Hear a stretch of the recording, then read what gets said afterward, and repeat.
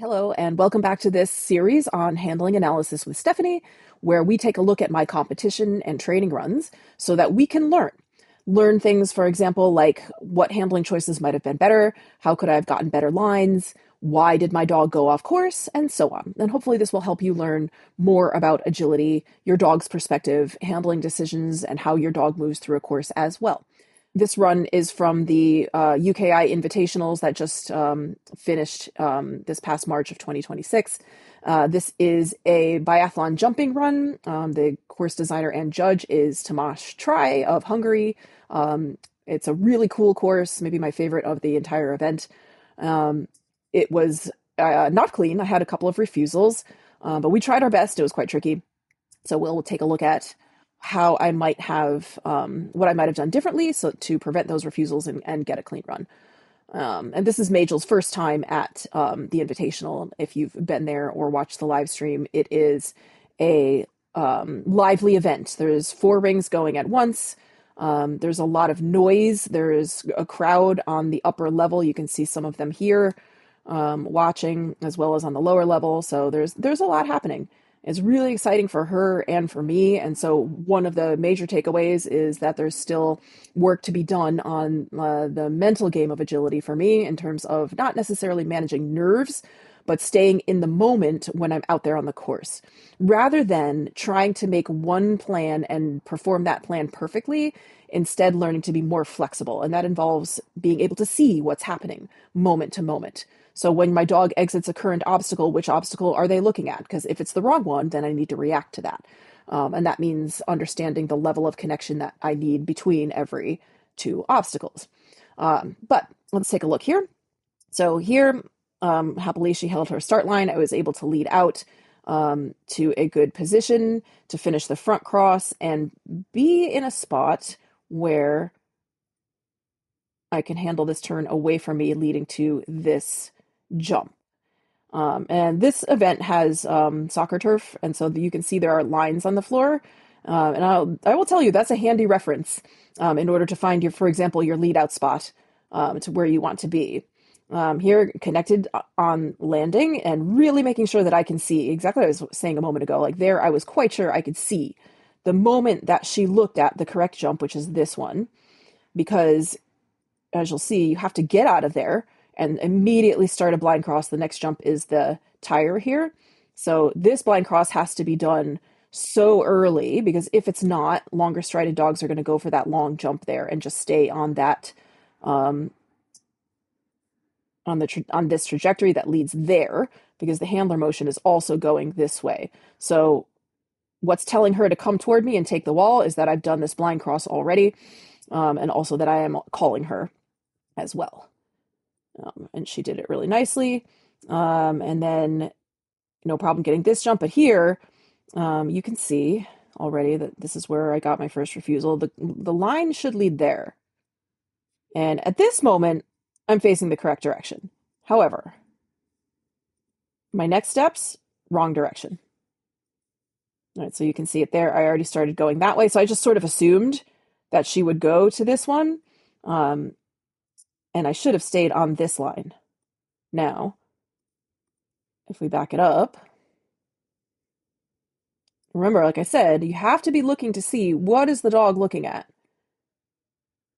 I mean, I think that she's looking at that jump, but am I sure? Absolutely not. And at this moment, no, I don't think so anymore. Here, I think that she sort of thinks maybe it's this one, but she's not sure. And I'm already, as you can see, starting to drift that way. So I needed to push there, which means also trusting that I have the time to handle the next line. And that is another area of growth for me, is thinking and not just thinking, but trusting that I have the time to get places with a dog like her that is long strided and has good speed. So there I was just rushing it. And that is not the only time that happened at this event. And so that's a growth area for me. But now we're back on course. And here we need a tunnel break. So coming out of this tunnel, we need to come here. The dog needs to come there. This is obviously a trap. So before she goes in the tunnel, I'm saying my tunnel break verbal, which in that case, like a very tight turn is, I say break for that, because it was quite challenging to get this position and have the front cross done on time. However, there may actually be a better way to do that, because you can see I still got a very wide turn, and that's because before she went in the tunnel, she's watching my motion. I mean, I did do a break, but it was a little bit too early, right? So if you see there, like, I did it here on the landing. I needed to wait one more stride and then do it. Because if you do a tunnel break too early, a physical tunnel break, then, and you start moving again, then you basically negate the tunnel break for the dog. You really have to show them the next line one stride before they go in the tunnel. So I should have done it here, right? So this actually would have been the optimal position. So moving forward to here, I was in the right place, but it was just too early. I probably could have just stayed there a moment longer and waited and let that be the last place she saw me, because I still have time to get here and have this front cross finished. Although I think that honestly, the best way to do it would have been to front cross entirely. So finish the front cross before she goes in the tunnel, probably this moment, front cross already done. And from the other side, get to this spot. Or I mean, you could tunnel break and stay here and call the dog to come towards you, although I didn't want to be on the takeoff side or the landing side of this jump. I wanted to be on the takeoff side based on what's coming next. But I think here, a proactive front cross that was done before the dog went in the tunnel, and probably either moving to this position to pick up the dog or even actually just continuing this way, would have done the trick. Quite challenging.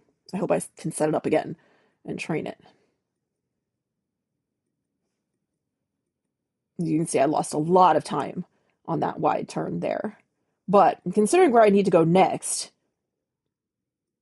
which is to get here and handle this turn, which you can see I'm not quite in position. And that's a matter of, did I leave on time? So let's see. Not really. I should have left now, because now she sees the correct jump, but I waited till she was actually taking off. So left a little bit late. And here I'm running in the wrong direction. So the course goes that way. Dog needs to go there. My trajectory is there. I needed to push much more that direction.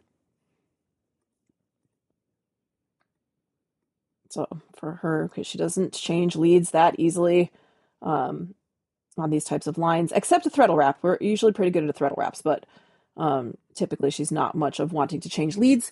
I needed to push much harder there. Now, if I had done this tunnel break, this, by finishing the front cross from here,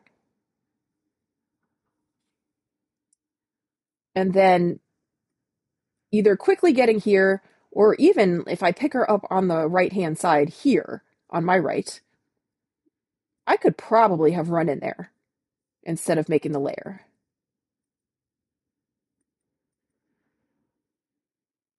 Right, so instead of doing this, had I done that, it's possible, and some people did it, that I could have run in here and blind crossed here. Possible. However, the risk of that is that with a lot of people who did that, did not get this turn, and in fact ended up getting this. So you still then have to really push to that. And I didn't really want to be in that pocket because of what comes after that. When I was making my course walk and making my plan, I really did not want to be running through here. I was a little bit worried about this off-course tunnel and trying to make a blind cross of this tunnel, because historically she doesn't react that well to those. I can't trust that she will, even if I do it proactively, that she will turn. So that's a training area for us. But I felt more confident that my positional cue, so before she goes in the tunnel, she can see where I am and see what direction I'm going, that my positional cue would tell her to come this way, as well as calling her to come to me on the exit of that tunnel. And that did work quite well, and also put me nicely ahead to cue the turn to the weaves there. So I think still that handling plan was the right one. I think I just needed to handle this tunnel break earlier in the course on this short tunnel much more strongly and leave from this jump much earlier so that I could more push the line more on the tandem turn, and then it probably would have worked well. Now here you can see I'm standing here facing this direction, and I know I'm saying my turn out of the weaves verbal because the dog has to go this way, but what's missing is this. So that handling was incredibly late. That handling should have been done, and I should have already been moving before the dog exited the weaves. So latest here. And so I think part of the problem is that I'm way over here, and I was worried about that skill from that distance, but even from here, um, had I just done this, likely I would have gotten that, and it would have been fine. Um, but I didn't trust. And so that's also, like I said, a learning area for me. I also relied too much on the verbal. And the reality is that verbals support handling. Verbals are important.